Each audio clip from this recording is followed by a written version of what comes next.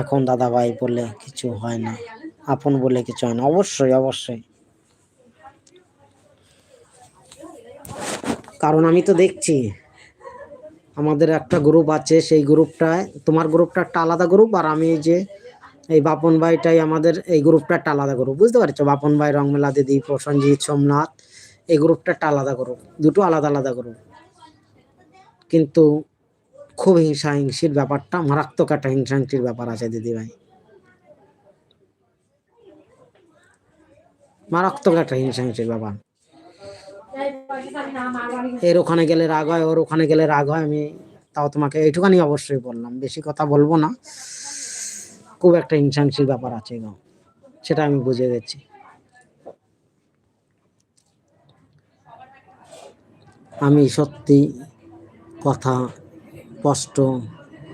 স্পষ্ট কথা বললে অনেকে আমাকে পছন্দ হয় না, তাতে আমার কিছু এসে যায় না।